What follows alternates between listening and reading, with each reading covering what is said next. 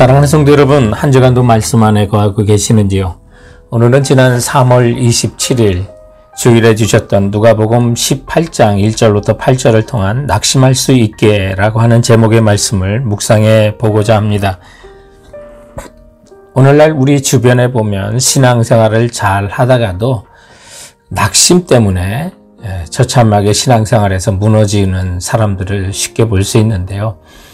그런데 이 낙심을 이기는 그 백신과 같은 것이 바로 기도라고 하는 것입니다.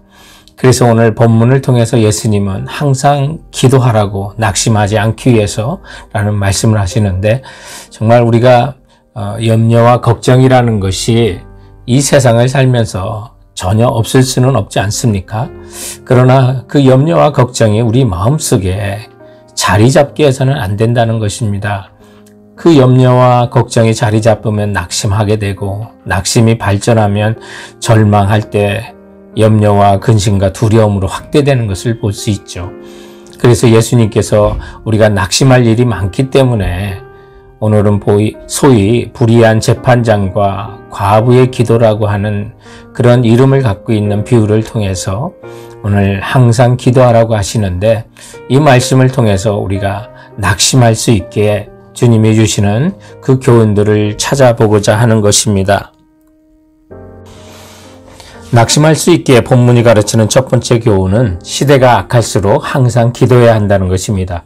오늘 이 비유가 왜 주어졌나? 1절 말씀에 보면 예수께서 그들에게 항상 기도하고 낙심하지 말라고 교훈을 주셨습니다. 낙심할까봐 항상 기도하라는 명령을 주셨고요. 여기 그들에게라고 예수님이 말씀하셨는데, 그들은 누구냐면 누가복음 17장에 보면 바리새인들 사이에 섞여 있는 예수님의 제자들에게, 그래서 누가복음 17장 22절에 또 제자들에게 이르시되 때가 이르리니 라고 하면서 예수님께서 종말에 대한 이야기를 하셨어요. 마치 마태복음 24장에 있는 종말장과 같은 말씀을 하셨거든요. 그래서 누가복음 17장 22절부터 37절 16구절이 마치 감람산 강화, 감람산의 종말의 설교에 대한 그 내용들을 기억하게 하는 재림에 대한 말씀을 하시고요. 제자들에게 항상 기도하고 낙심하지 말 것을 당부하는 비유가 오늘 본문입니다. 그래서 주님이 다가올수록 세상은요, 노아의 때처럼, 그리고 노새 때처럼 악한 시대에 우리 성도들이 어렵고 힘들게 살아갈 것을 아시고 용기를 북돋아주기 위해서 오늘 이 비유를 하신 것입니다. 그래서 시대가 악할수록 우리는 항상 기도해야 되고, 예수님이 오심이 가까울수록 세상은 더 악해질 것입니다. 오늘 본문에 보면 원한을 풀지 못한 과부가 그녀의 억울함을 호소하러 나가는 그 재판장이 오늘 2절에 보니까 하나님을 두려워하지 않고 사람을 무시하는 그런 재판장이라고 말하고 있습니다. 여러분, 우리가 이런 시대 속에서도 항상 기도할 것을 말하는 것입니다. 하나님을 두려워하지 않는 사람들이 늘고 정말 불의한 사람들이 늘어나는 이때, 우리 허드슨 테일러 선교사님이 When we work, we work. When we pray, God works. 우리가 열심히 일하면 우리만 일하지만 우리가 하나님께 기도할 때는 하나님이 일하신다고 그런 고백을 한 것처럼요. 시대가 악해서 우리가 어떻게 할 수 있는 일이 없을 때 기도가 가장 능력의 아버지, 정말 하나님의 능력을 빌어올 수 있는 일이 되는 겁니다. 그러므로 시대가 악할수록 항상 기도하고요. 하늘을 우러러보는 사람은 땅을 덤으로 얻는다는 말이 있지 않습니까? 정말 주님의 나라와 일을 먼저 구하면 이 모든 것을 우리에게 더하시니까, 성도 여러분, 시대가 악하고요, 내가 어찌할 수 없는 그런 어려운 일이 있을 때 하나님을 의지하시고 믿고 항상 기도하는 성도들이 되기 바랍니다. 낙심할 수 있기에 본문이 가르치는 두 번째 교훈은 억울할수록 끈기 있게 기도해야 한다는 것입니다.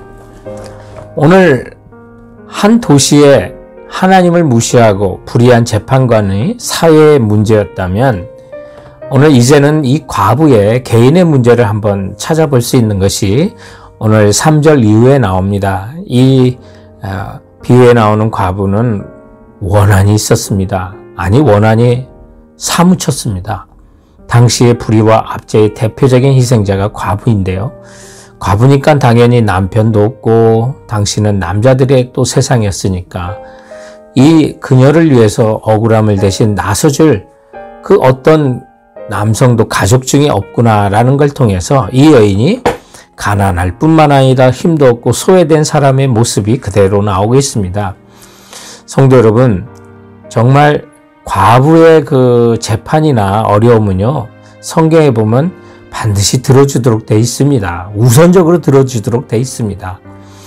우리가 연약한 자를 돕는 것이 그래서 중요합니다.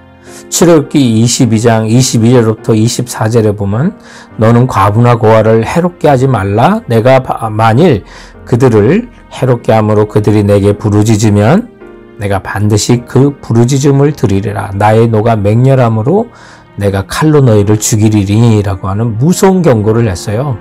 사회적으로 약한 자, 보호가 필요한 자를 반드시 도와주도록 하나님께서 하신 거죠. 그런데 이 재판관이 이 과부를 그렇게 생각을 해주지 않고 무시를 했던 거죠. 그런데도 불구하고 이 불가능한 것처럼 보이는 그 어려운 일에서 이 과부는 포기하지 않고 자신의 원한을 풀어달라고 불의한 재판관이라 할지라도 끈기 있게 찾아감으로 마침내 불의한 재판관이라도 이 과부의 원한을 풀어줬다는 얘기인데요. 결론은 7절에 하물며 하나님께서 그 밤낮 부르짖는 택하신 자들의 원한을 풀어주지 아니하겠느냐라고 오래 참으시겠느냐라고 말씀하시면서 우리도 이 여인처럼 끈기를 가지고 기도하면 하나님은 반드시 응답하신다는 그 약속을 주시는 것입니다. 여러분, 기도와 간구라고 할 때 간구, 에스크라는 말 쓰잖아요. 그런데 이 에스크라고 하는 영어의 단어는 세 가지 의미로, 영적인 의미로 생각합니다. 구하라는 에스크, 또 찾으라고 하는 seek, 두드리다고 하는 락. 그래서 마태복음 7장 7절, 누가복음 11장 9절에 있는 것처럼 구하라, 찾으라, 두드리라. 얻게 될 것이고 구하게 될 것이고 문이 열릴 것이라고. 성도 여러분, 끈질긴 기도는 집중하는 길입니다. 이 여인이 원한을 풀기 위하여 불의한 재판관이라도 그에게만 집중했던 것처럼 우리가 성도 여러분 정말 어려운 일을 당하고 마음의 원통함을 겪을 때 오늘 하물며의 하나님, 억울한 일을 당했습니까? 하물며의 하나님을 찾으세요. 직장에서 힘든 일을 만났습니까? 하물며의 하나님께 끈기 있게 기도하여 문제 해결을 받고 주님께서 오래 참으시겠느냐 하셨으니까 응답을 여러분의 삶 가운데 누리시는 모든 성도들이 되시길 바랍니다. 낙심할 수 있게 본문이 가르치는 세 번째 교훈은 약속이 이루어짐을 믿고 기도해야 한다는 것입니다. 예수님께서 오늘 비유의 시작을 1절에 예수께서 그들에게 항상 기도하고 낙심하지 말아야 할 것을 비유로 말씀하여 라고 시작하셨는데 8절에 이 비유의 결론으로 인자가 올 때 세상에서 믿음을 보겠느냐라고 하셨어요.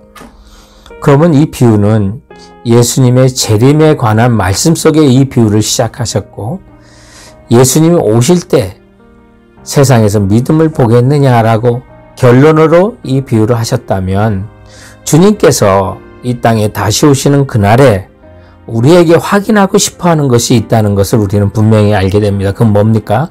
우리 안에 있는 믿음입니다. 성도 여러분, 정말 주님이 우리에게 보고 싶어하는 게 그거예요. 얼마나 잘 살았느냐, 얼마나 정말 많은 것을 주님께 드려. 정말 이것도 때로는 중요할 수 있는 부분도 있지만 예수님께서 진정 원하시는 것은, 우리에게 기대하시는 것은 주님 재림하시는 그 순간까지 낙심하지 않고 약속의 말씀 위에 서서 시대가 악해도 원한이 사무쳐도 말씀과 기도로 주님의 다시 오심을 반드시 기다릴 수 있겠느냐. 오늘 이 말씀을 하시는 거예요. 주님의 재림을 고대하는 사람은 주님의 약속을 믿고 사는 사람이에요. 그래서 주님께서 내가 인자가 올 때 세상에서 믿음을 보겠느냐. 정말 주님이 이 땅에 다시 오실 때 우리에게 보고 싶은 것은 우리의 믿음이에요. 쓰러지지 않고 개인의 삶이 피폐해지지 않고 원한이 사무칠수록 주님의 약속의 말씀을 믿고 기도하며 인내하며 승리를 해야 하는 것입니다. 성도 여러분, 힘들고 어려울 때마다 주께서 하신 신구약의 모든 약속을 묵상하십시오.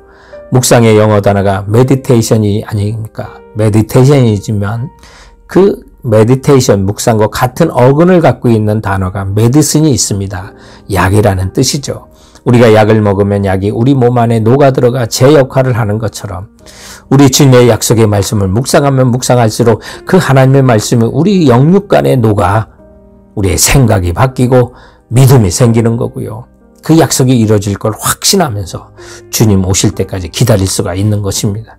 성도 여러분, 성경의 모든 믿음의 사람들은 주님의 약속이 이루어질 것을 믿고 믿음으로 살았던 사람이라는 사실을 기억하시고 보는 것으로 사는 것이 아니라 의인은 믿음으로 산다고 했으니 주님의 약속의 이루어짐을 믿고 기도하며 주님 오시는 그 순간에 정말 마침내 우리의 믿음을 주님께 보여드리며 승리자가 되시는 우리 모든 성도들 되시길 주님의 이름으로 축원드립니다. 사랑하는 성도 여러분, 그럼 이번 한 주간도 주께서 주신 말씀으로 승리하시고 건강하시기 바랍니다.